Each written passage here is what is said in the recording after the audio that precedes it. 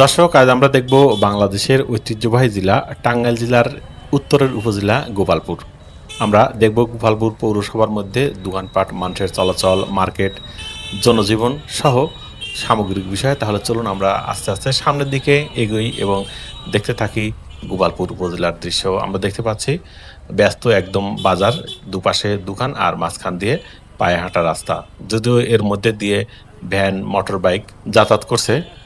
আমরা দেখতে পাচ্ছি দুই পাশের দোকানগুলো কিন্তু বিভিন্ন ধরনের বাহারি পণ্য সম্ভারে সাজানো। আমরা দেখতে পাচ্ছি মুদিখানার দোকান, মাস্কের দোকান, খেলনার দোকান। এপাশে আমরা দেখতে পাচ্ছি একটি বস্ত্রালয়, কাপড়ের দোকান এবং এরই মাঝখানে আমরা দেখতে পাচ্ছি ব্যাটারি চালিত অটো ভ্যান, সেগুলো দাঁড়িয়ে আছে।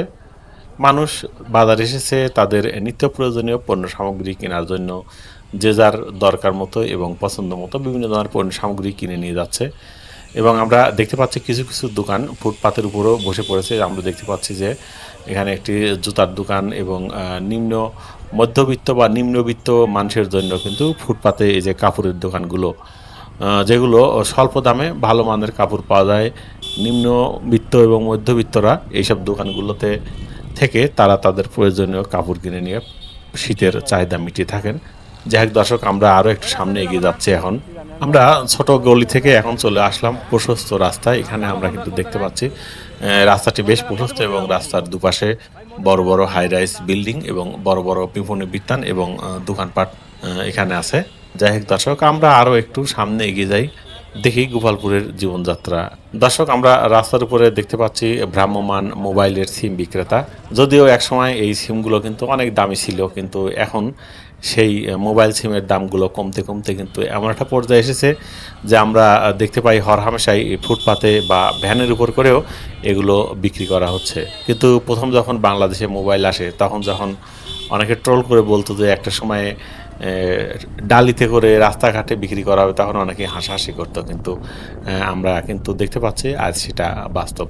যাই হোক দর্শক, আমরা ঘুরে ঘুরে গোপালপুর বাজারের অনেক অংশই দেখলাম এবং বেশ বড় একটি উপজেলা শহর। বাংলাদেশের অনেক উপজেলা শহরের চেয়ে এই গোপালগঞ্জ আমরা দেখতে পাচ্ছি অনেক বড় একটি বাজার আছে। তার অর্থ হচ্ছে যে এই অঞ্চলের ব্যবসা বাণিজ্যের বেশ গতিশীল একটি ব্যবসা বাণিজ্য চলে এই গোপালপুরে। কারণ যে এলাকার ব্যবসা বাণিজ্য যত উন্নত, সেই এলাকার দোকানপাট, ব্যবসা বাণিজ্য, মার্কেট, জীবনযাত্রার মানও তত উন্নত। আমরা গোপালপুর ঘুরে ঘুরে আপনাদের দেখছি এবং দেখাচ্ছি এবং আমরা দেখতে পাচ্ছি রাস্তার দুপাশে কিন্তু বাহারি ধরনের কাপড়ের দোকান এবং প্রত্যেকটি দোকানে কিন্তু আরও একটি জিনিস আমরা লক্ষ্য করছি, সেটা হচ্ছে ক্রেতাদের ভিড়।